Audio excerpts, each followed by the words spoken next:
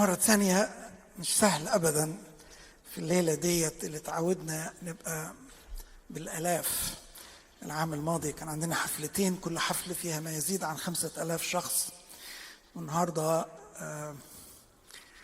يمكن الملايين بتشاهدنا، لكن الإحساس بالكنيسة وهي بدون شعب، والكنيسة هي الشعب، هي المؤمنين، هي شعب الرب وعائلة المسيح. لكن نؤمن أنه عبر الأثير نحن بقلب واحد وبنفس واحدة مجتمعين النهاردة، ونحن نودع سنة صعبة حقيقي. واحنا عشان كده عايزين بنشكر في الحلوة وبنشكر في المرة، لأنه قال اشكروا كل حين، وقال اشكروا على كل شيء. نشكر في الحلوة لأنها منه، وبنشكر في المرة مش لأنها منه، لأنه هو معنا في الضيق. ودعنا أحباء للسماء السنة ديت، غالين علينا، قريبين من قلوبنا، آباء صالحين، أزواج رائعين، لكن هو معنا يعزينا. وفرقهم إلى حين، لأننا نعلم أنهم في مكان أفضل، وفي يوم من الأيام سنلتقي على سحب المجد. احنا لسه معلقين الشعار بس غيرناه، بهج المرة دي. المرة اللي فاتت كان كتمة شوية، المرة دي منور. وأتت الساعة صغرت قوي، لأنه هي أتت، هو زلزال جه، هي أتت خلاص. فاحنا عشان كده قلنا أتت الساعة، ده بالماضي، لكن احنا مستنيين مجد يسوع. أخونا الشاعر الجميل الدكتور شادي جورج عمل قصيدة وأنتجتها وصورتها كنيسة مصر الجديدة الإنجيلية، ويمكن بتعبر عن هذا الزلزال وعن هذا العام وعن المشاعر المختلطة اللي في قلوبنا. وأنا استأذنتهم أننا نستخدم هذا الإنتاج النهاردة عشان نذيعه، لأنه حسيت أنه مرتبط إلى حد كبير جدا بالرسالة اللي أنا عايز أقدمها لحضراتكم. خلينا مع بعض نشاهد ونسمع هذه المقطوعة والمعزوفة الشعرية الجميلة من الدكتور شادي جورج.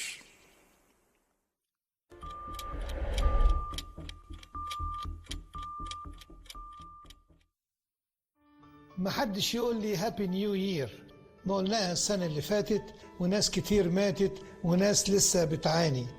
حتة فيروس ملعون مدسوس، يا ترى جاي السنة دي كمان ولا هيجيب معاه حاجة تاني؟ البس الكمامة لبسناها، اغسل وشك وايديك غسلناها، وكل ما اغسل الخوف يملاني. ازاي اتمنى سنة جديدة والمكنة شغالة واخبار الموت مالية وداني؟ ويزود الخوف ضيق الظروف وقلة الدخل وحبسة تخنق وقعدة وحداني. بصراحة اللي يسيبني عاوز أصرخ بصوت عالي وأقول يعني. دورت على الروحيات، لقيت روحياتي ضاعت من بعد ما قفلت الكنيسة اللي شايلاني. فينك يا كنيسة، رحتي فين؟ الناس الحلوة وجو الحنين، كوباية القهوة على الصبح كيف، وسندوتش سخن في الميكروويف، وشوية ترنيم ووعظ تدغدغ وجداني. بصراحة ما العيشة سهلة وأنا كنت راكبها ومتعافي، وعند اللزوم كلمتين إيمان خفافي، ربنا بيعمل معجزات، ربنا شافي، والعيشة حلوة وعجباني. إيه اللي حصل؟ زلزال زلزل مفاهيمي وروحي وكياني. بعد شهور من الزلزال أسمع جوايا صوت خفيف جواني بيقول لي أنت تعرفني؟ هو أنت حقيقي تعرفني ولا أنت بس في سلام الظروف شايفني والشوفة براني؟ وادخل جوايا واسمع للصوت، يا ده أنا نسيت من زمان، وعامل لي صورة كده ومسميها إيماني. صورة نسيت فيها حتى كلمة يا أبانا وكلامه وتعاليمه، وحتى نسيت فيها حضوره اللي حماني. وتريني ملهي في الدنيا، والدنيا بأحلامها عمياني. ويعلى الصوت جوايا، انت نسيت ان انا سبت سمايا وعشانك جيت وخليت زمانك زماني. انت نسيت ان عشان ما خليكش تخاف من الموت بقيامتي غلبت لك الموت وخدت الصليب مكاني. يبقى لو هتضيق الظروف هتنهزم ولا تجري على وعودي وتترمي في أحضاني؟ بصراحة أنا انكسفت ورديت وقلت هقول لنفسي وللغير هابي نيو يير، سنة جديدة وجديدة بيك، هستنى فيها من إيديك كل خير ورحمة يتبعاني.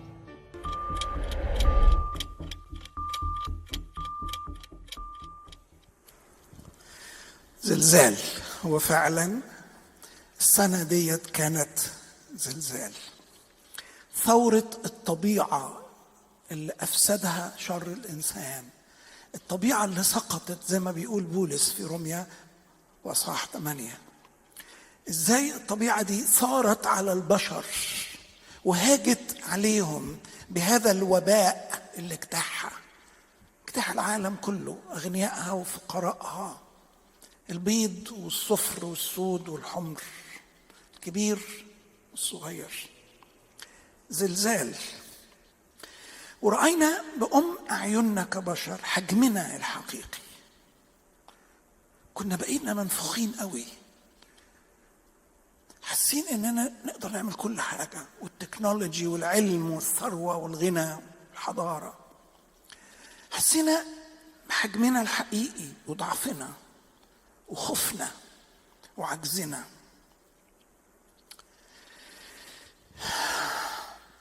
واحتياجنا لحاجة أكبر مننا، لسند حقيقي، ليقين حقيقي، لحاجة أكبر مني ومنك أتسند عليها واستمد أماني فيها. زلزال. واحنا كنا متوقعين زلزال بس مش للدرجة دي. بس السؤال، هل الزلزال ده فوق الناس؟ استفاقت الناس؟ اتفتحت العيون؟ اتفتحت الأذان؟ فاقت البشرية للي هي عايشاه وابتدت تدور على المعنى الحقيقي والأمان الحقيقي والسعادة الحقيقية؟ أنا في رأيي إن السنة دي 2020 نداء بتنادي كل الناس، بتنادي البعاد غير المؤمنين، وبتنادي المؤمنين اللي اتكلم عنهم الدكتور شادي، اللي نعسوا وناموا واستكانوا.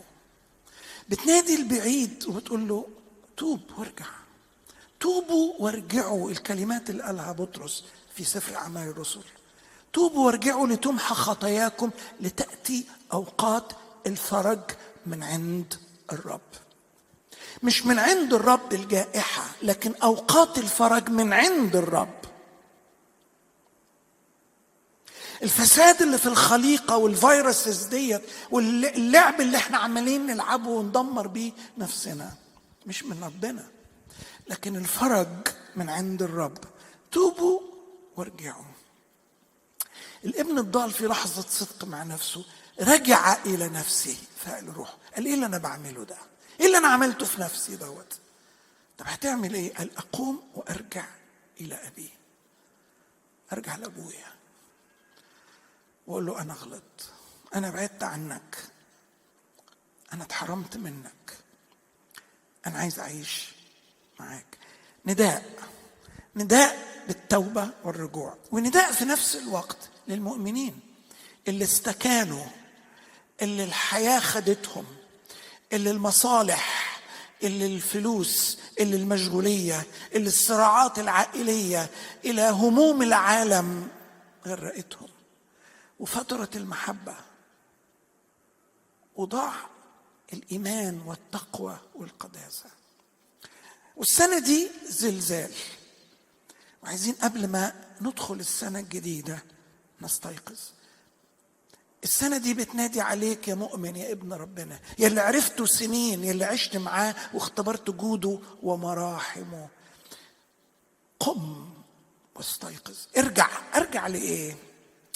ارجع، ما انا ابنه، ارجع التصق بربنا، التصق بربنا، الزق فيه. ايتين جمال قوي. الآية الأولى في تثنية 30 وعدد 20 بيقول هو ربنا بيوصيك بإيه؟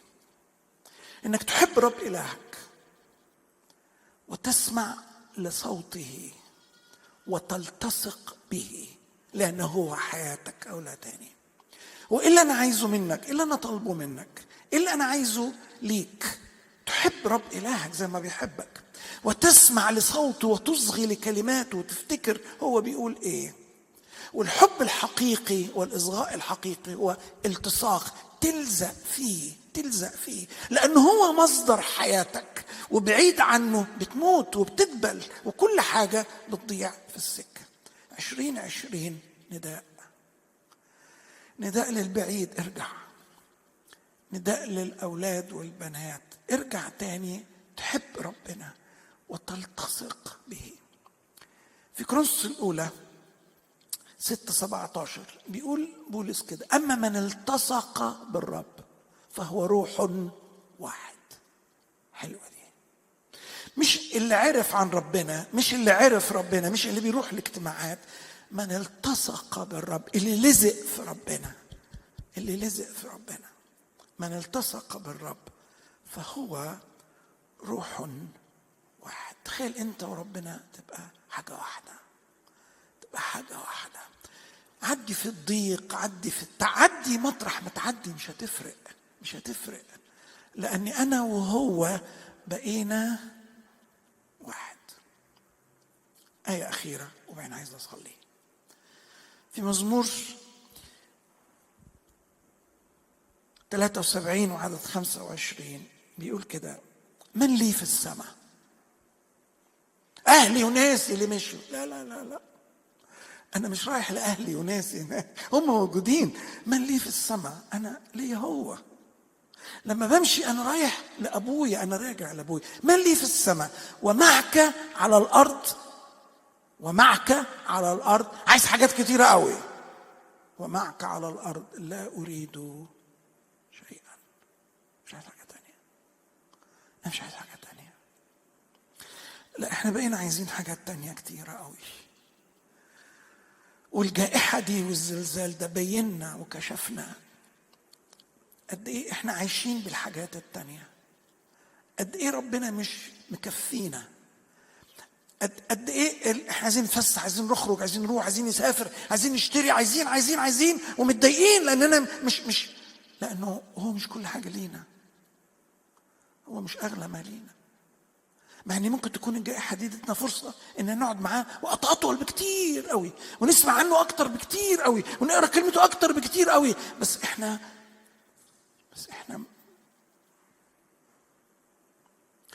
زلزال بيزلزل كل ما هو مبني على الرمل، لتبقى الاشياء الباقية المبنية على الصخر.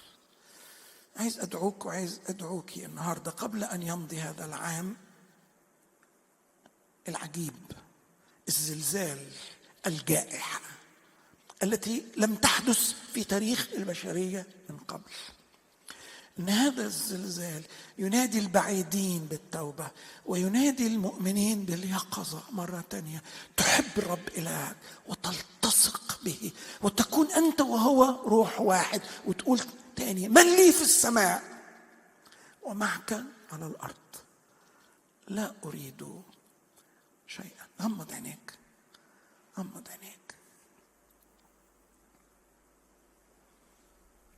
سامحني يا رب،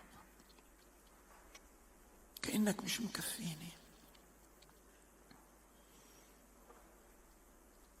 سامحني يا رب لأني بدور على حاجات تانية كتيرة غيرك، مع إنها مش بتشبعني. سامحني يا رب، السنة دي كشفتني وبينت اللي جوايا.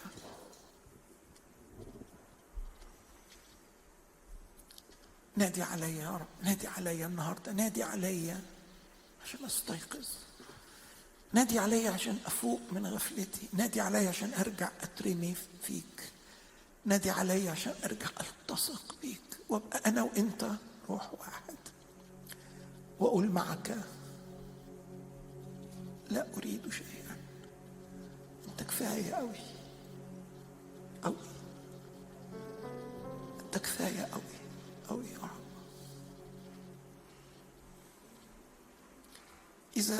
إذا الجائحة دي ما فوقتناش هنفوق إزاي؟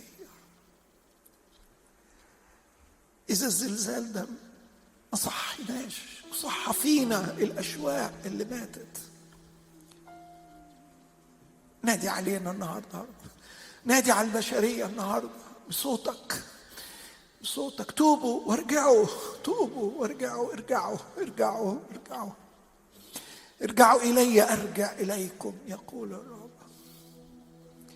ارجعوا فأشفي نفوسكم فأرد سبيكم وأعوض لكم عن السنين التي أكلها الجراد.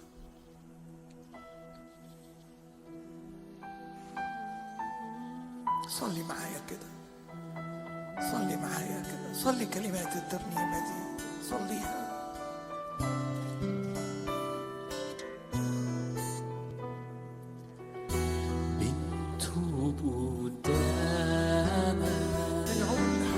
ونعود لحنانك، نعلن ملكك في حياتنا، في بيوتنا وفي اجتماعاتنا، وقلوبنا بتسكن بنتوب قدامك، ونعود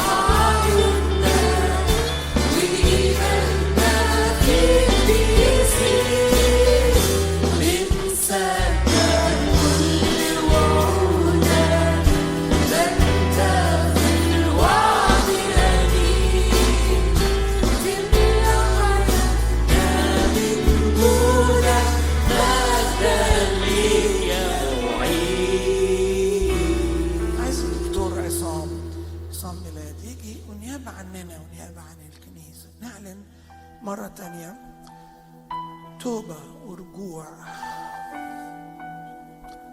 وعهد اننا نلتصق بالرب ويبقى هو كفايتي، يبقى هو كفايتي. وإنه إذا سرت في وادي ظل الموت حتى لا أخاف شرا لأنك أنت معي. خلونا نصلي مع الدكتور عصام وهو بيقودنا في الخطوة دي كأفراد وككنيسة النهاردة. يا رب النهارده جايين لك نعلن ثقتنا ان انت اله في كل الظروف. نعلن ثقتنا ان السنه دي مهما الظروف كانت هتفضل الهنا. نعلن ثقتنا ان انت هتفضل شافي، وان انت هتفضل في كل الظروف زي ما انت، وان انت تعرف تسندنا، وان انت تعرف تقوي ايماننا، وان انت معانا في الضيق. عمرك ما سبتنا ولا هتسيبنا. نعلن كأفراد وكعائلات وككنيسة وكمؤمنين في البلد دي وفي أي حتة تاني إن أنت هو أمس واليوم وإلى الأبد. يمكن 21 تكون صعبة زي 20 أو أصعب، بس إحنا مش هنطفي، مش هنتخنق، مش هنضعف، هنفضل راسنا مرفوعة لأن إلهنا حي. عمره ما سابنا ولا هيسيبنا. عمرنا ما هنحتاج، عمرنا ما هنضعف في الإيمان. هنفضل نتكلم بثقة، نعلن إن إلهنا حي، نعلن إن إلهنا شافي، نعلن إن إلهنا معنا في الضيق، نعلن إن عمانوئيل اللي كان معانا من 2000 سنة موجود في هذه الأرض معنا في هذه الأيام. في كل ظروف أنت قوي، أنت رائع، أنت محب، أنت قريب، أنت حنين. نعلن التصاقنا بيك في هذه السنة، نعلن تجديد لكل العهود اللي انت قطعتها معانا واحنا نسيناها، نعلن رجوعنا ليك بكل القلب، نعلن ثقتنا ان اسمك حي وقوي وفي حياتنا هيكون اقوى في السنة الجاية، اعظم من السنة اللي فاتت. نعلن انك فوقتنا، نعلن الزلزال ده استرد لينا حاجات كتيرة كنا تايهة، كانت تايهة عننا، لكن نعلن من هنا ورايح ان محبتك اقوى مننا وذراعك هترفعنا، وان احنا لما بنلتصق بيك بنشوف ايات وعجائب بقالنا سنين ما شفناهاش. من هنا ورايح للمجد يا رب مكملين لانك فوقتنا، وان كنيستك راجعالك بكل ما فيها يا رب، كبار وصغيرين، عارفين ان الهنا اقوى من الظروف ومن النار. واللي طلع الفتية الثلاثة من الاتون طلع كنيسته في هذه الايام. لا يسود عليها موت، رائحة النار لا تكون عليها، لا تخاف فيما بعد، لان الهها حي وخرجها من وسط النار في اسم المسيح. بختار التصق بيك، بختار احبك، بختار تبقى انت كنزي، بختار تبقى انت نصيبي، بختارك تكون الاول وقبل كل شيء. يا ريت يكون ده قرارك النهارده، يا ريت يكون ده عهدك للرب النهارده.